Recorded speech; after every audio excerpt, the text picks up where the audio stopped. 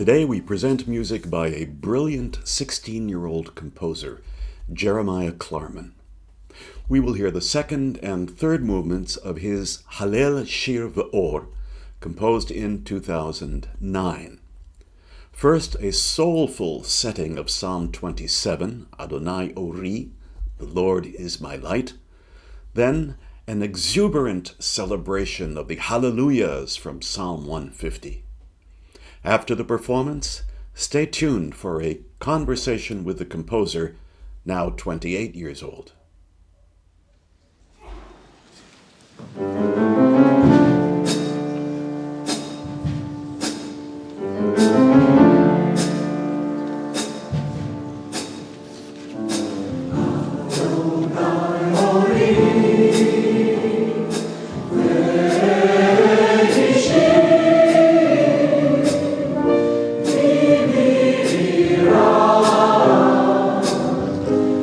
Be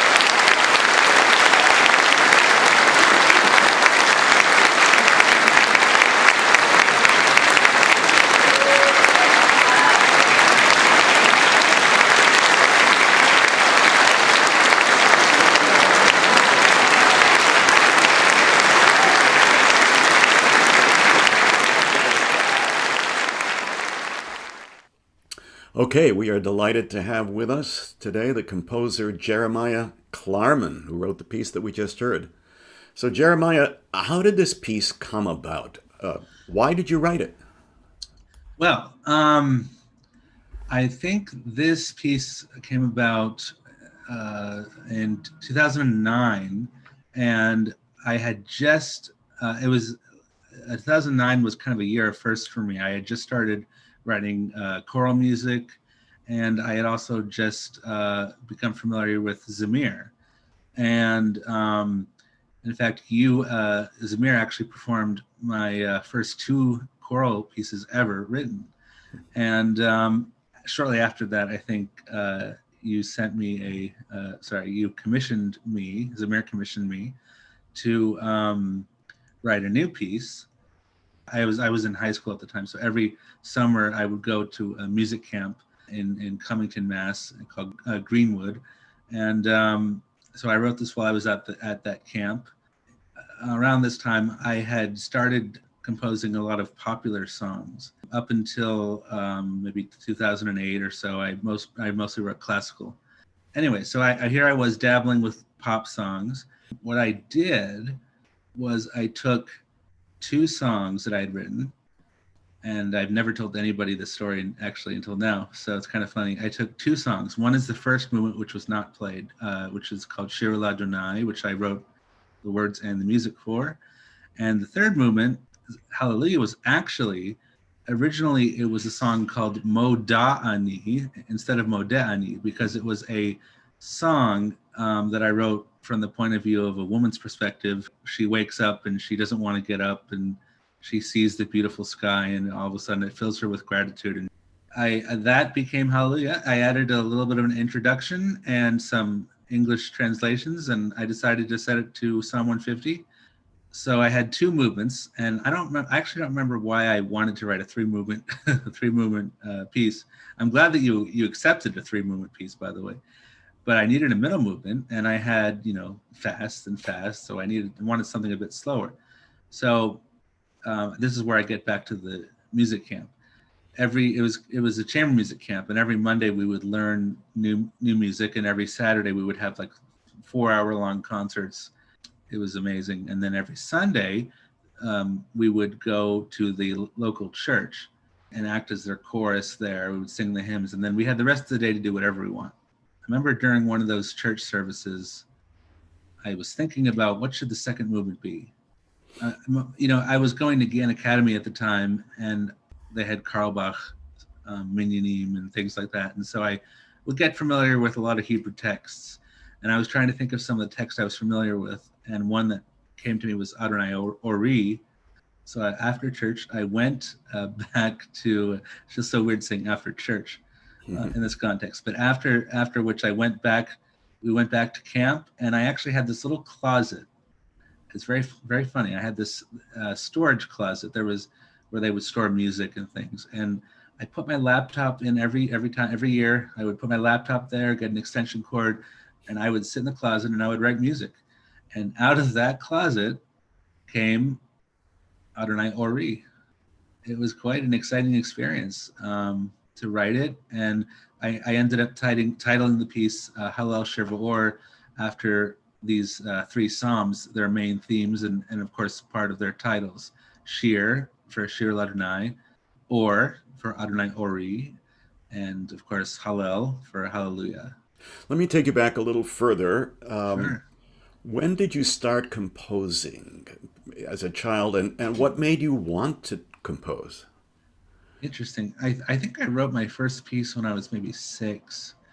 And I started playing music shortly before then. Maybe it was 4 or 5. And, I don't even remember what made me want to compose. But I always loved to improvise. I remember that before I could read music, I would improvise and I would play by ear. I loved playing by ear. I would try to pick out songs that I heard on CDs at the time or on the radio, and I loved to improvise. I would just sit down at the piano and just let my fingers go where they wanted to go, and it was so much fun. And I remember asking a friend who actually knew how to write music down, she knew how to read music, so she could write it down for me.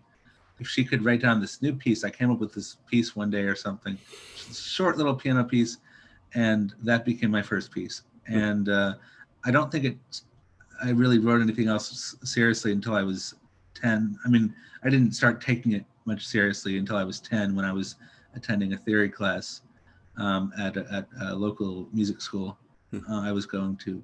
From then on, I just started writing and experimenting. So, Jeremiah, you've composed a lot of music, including symphonic works, but you've also been seriously attracted to Jewish themes and choral themes. Can you explain the attraction? I've always been attracted to Jewish music. I like the word attraction because it's just how it was. You know, at the time I was growing up, I was maybe 5 years old, and my family would go to services on Friday nights, and it was a Reform temple. They had wonderful, music, and there was something I found amazing about the way the melodies were sung that I had never heard with almost any other type of music, maybe folk being an exception, where every note was given a special treatment. Like, for example, I was in choir in college, and if we, let's take a popular Jewish song, Debbie Friedman's Misha Berach. If we were given that song in chorus, in choir, we would probably sing it more like Misha Berach Avotenu, because it's more in choir, in classical music, you're more taught about the emotion, a little bit about the melody, but less so than a niggin. With a niggin or a Jewish melody, every note is important. Every note is like reaching higher and higher and higher. So the way people sing it in synagogues is different. They sing Misha Berach, and that's the perfect fourth, but the perfect fourth is like miles away. And then they go higher. Mekor HaBracha. It's a six, but it feels like just reaching. Or take a Carlbach melody. Shir, la la la la la la la la la. And the whole melody is 5 notes, but the climax of the melody, I believe, is when he goes la ya la la la, because you have to reach for that note, and that fifth scale degree is not present until that part of the song, and it never comes back. But that was so attractive to me because I'd never heard music done like that before. And what was really interesting to me was a lot of the people in the congregation were singing music like this, but they were not trained musicians. They didn't have a musical education. They weren't musicians at all. I've always been really attracted to that, and so I've grown up listening from everything from Debbie Friedman and Reform music to choral, a little bit of choral music and classical music and cantorial music. I studied with Hank Snetsky, so I ended up learning lots of klezmer and also developing a great love for the more orthodox music of Yaakov Shweki and Shlomo and Eitan Katz and Mordechai Ben David and Avraham Fried, and it just all to me has that special. There's no word for it, maybe in Yiddish, but there's that quality, that melodic quality to it. I'm crazy about it. So choral music, and it was funny because I joined my current temple, my new temple.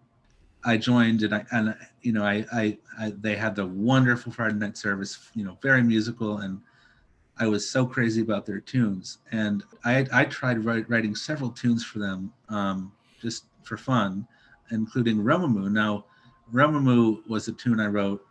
Some synagogues use it, and it's been published a couple of times. And there was a choral version, and the thing about Romamu was I was thinking to myself, every Jewish song that I've heard mostly is in 2/4, maybe 3/4, maybe 6/8. What if there was a song in 7/8? I was maybe 15 at the time. I was very innocent, naive. I was very experimental, and so I thought of the 7/8 melody. And so what ended up happening is my composition teacher at the time said he liked the song, and he said there was a chorus. He says at Greenwood, and he's actually the composer in residence of Greenwood. So it was kind of funny how that ended up. And he said, Jeremiah, why don't you arrange Romamu for 4-part chorus. And this was just a year before Hallel was written. I had never done any choral work before. So I did, and they sung it. And from there, I remember I wrote this popular song, this kind of popular, it was originally a gospel song called God Full of Love, God Full of Grace, actually written in my closet at Greenwood. And my mom suggested, why don't you can you do a Hebrew version and make it a Jewish song? And I did, and my high school actually performed it. It was really amazing. That became Elohim Hamalei Ahava. But it was funny because there was one year where the Bethel AME Church in Jamaica Plain actually performed the original English version.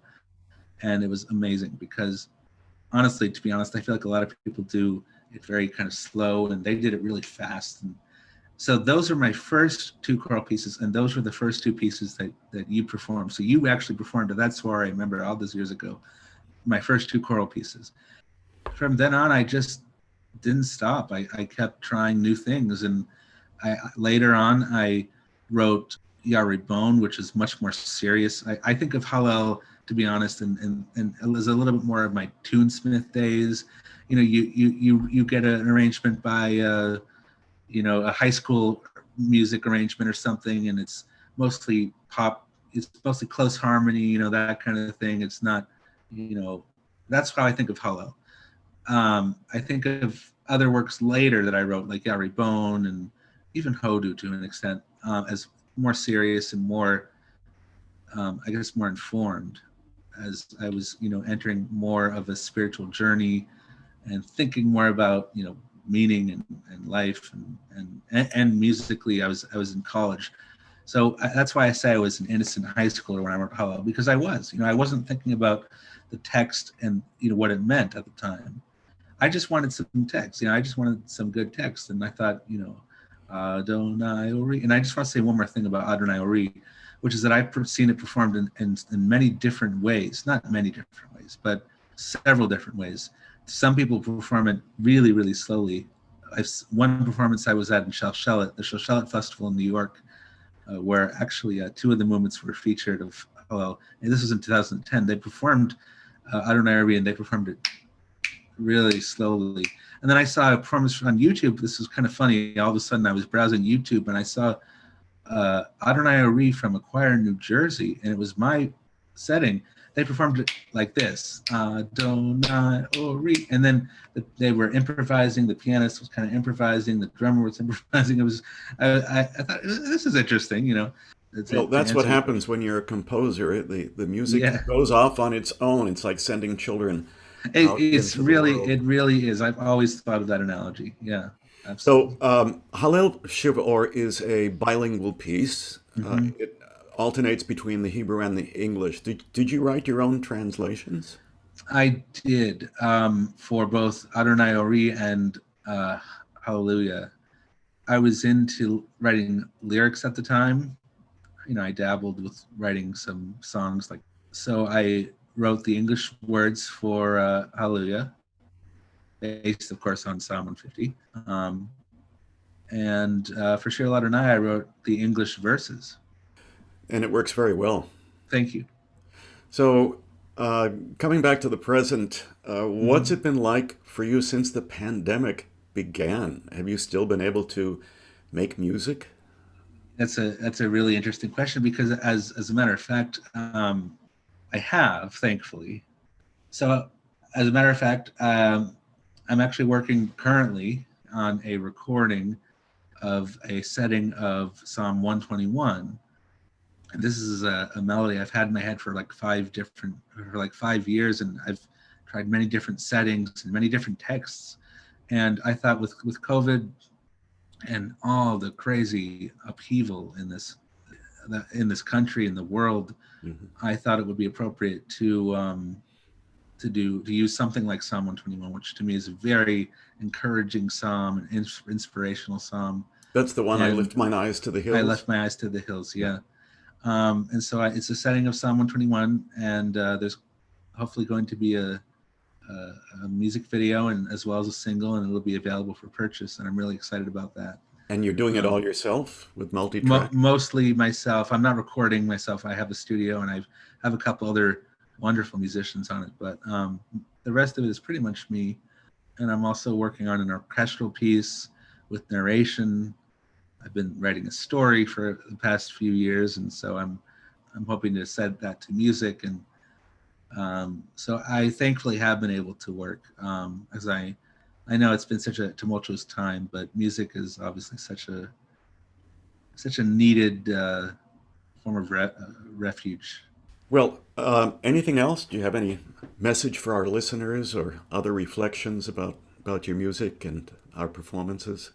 We've enjoyed collaborations over the years Yes, many yes, we times. have. In fact, I was lucky to write a piece for your 50th anniversary as well, and that was last year. It was a wonderful concert, and I love Zamir, and I look forward hopefully to many more collaborations, and hopefully with you at the helm. Well, thanks, Jeremiah. It's been wonderful talking to you and seeing you. We haven't had a chance You to be too. together in person, but it's great to see you by Zoom. And thank you for Absolutely. You taking the too. time to speak with My us. pleasure. Thank you. Okay.